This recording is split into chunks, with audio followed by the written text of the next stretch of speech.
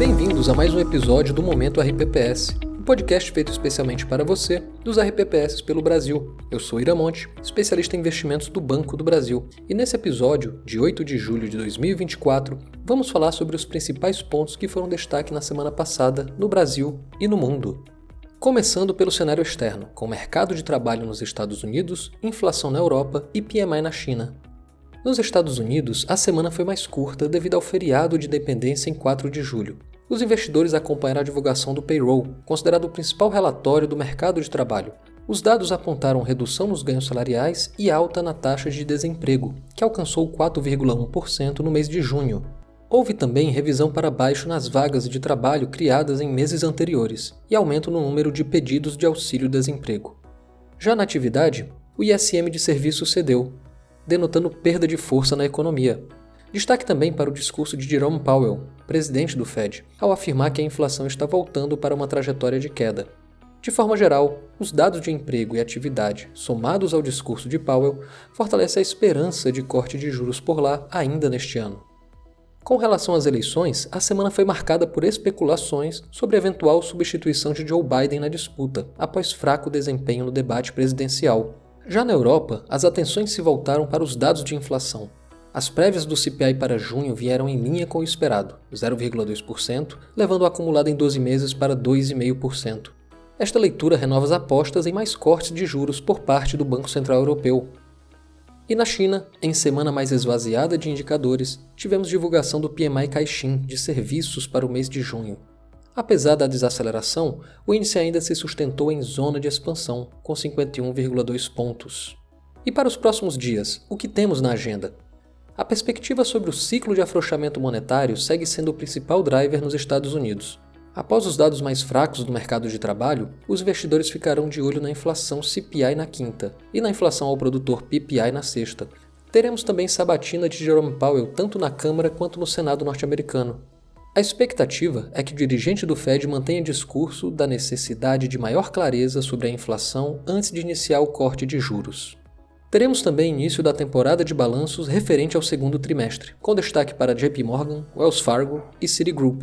A perspectiva para os lucros empresariais segue positiva, embora os preços, especialmente das empresas tech, estejam em patamares esticados. Na zona do euro, a agenda é mais fraca, com confiança do investidor no bloco e leitura final da inflação na Alemanha.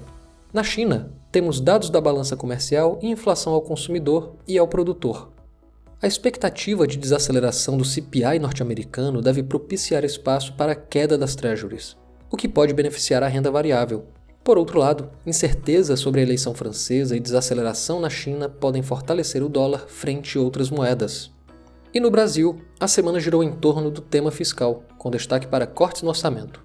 O ministro da Fazenda, Fernando Haddad, afirmou que foram identificados 25,9 bilhões em despesas obrigatórias que poderão ser cortadas do orçamento no próximo ano.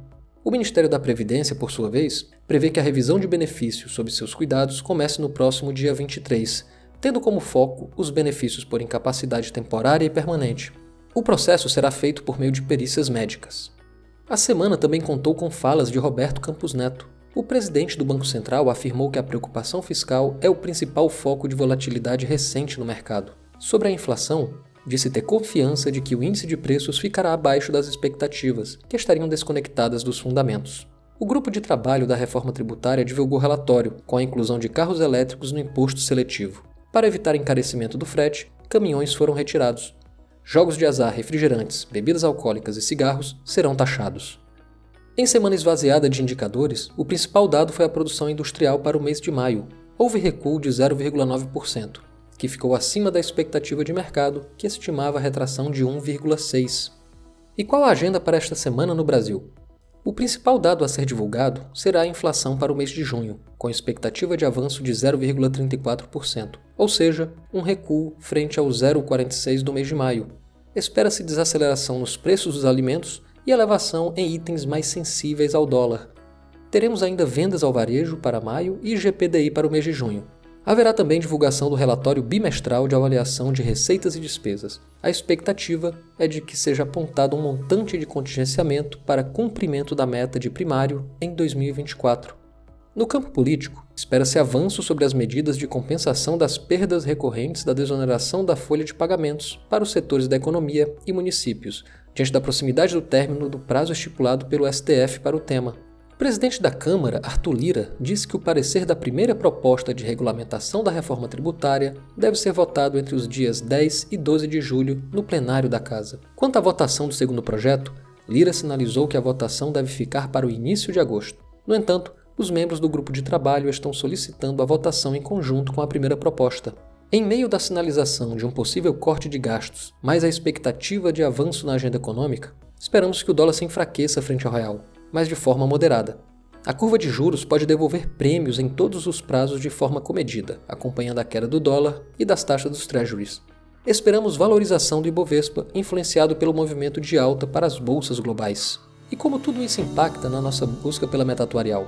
Para o segundo semestre, seguimos atentos a estratégias que possam dar mais previsibilidade para atingir a meta atuarial. Como temos falado há algum tempo, a expectativa de Selic alta até meados do ano que vem muda nosso olhar sobre investimentos pós-fixados. No artigo 7º, reforçamos a ideia de não depender apenas do CDI, mas de buscar superá-lo.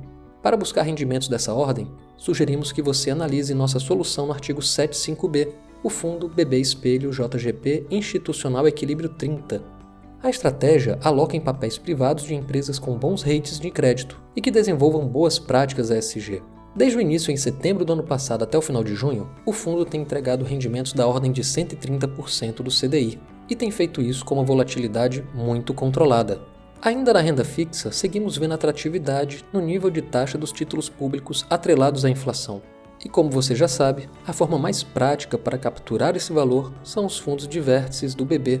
Com a proximidade do vencimento do vértice 24 em agosto, sugerimos que os institutos passem a considerar os próximos vencimentos, especialmente de 2026 em diante. E apesar da volatilidade recente, o Ibovespa terminou a semana com alta de 1,91%, engatando a terceira semana seguida de ganhos. Seguimos com a leitura de que nos níveis atuais a bolsa está num bom ponto de entrada.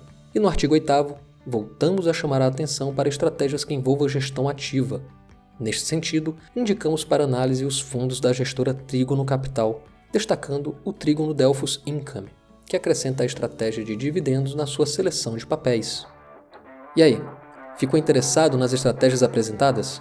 Então não deixe de agendar uma reunião com a nossa assessoria e assim ter uma análise personalizada para ajudá-los na gestão de seus recursos. Foi um prazer ter a sua audiência nesse episódio do Momento RPPS. E se tiver sugestão de tema para a gente conversar aqui, não perde tempo, manda pra gente. Fale com seu gerente de governo ou seu especialista em investimentos do BB.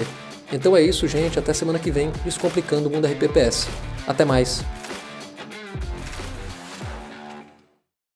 Conforme padrões da Anbima e aderentes às resoluções da CVM, seguem avisos obrigatórios antes da decisão de investimentos. Leia o prospecto e regulamento dos fundos antes de investir. Rentabilidade passada não representa garantia de rentabilidade futura. Fundos de investimento não contam com cobertura do FGC, Fundo Garantidor de Crédito, do gestor ou administrador.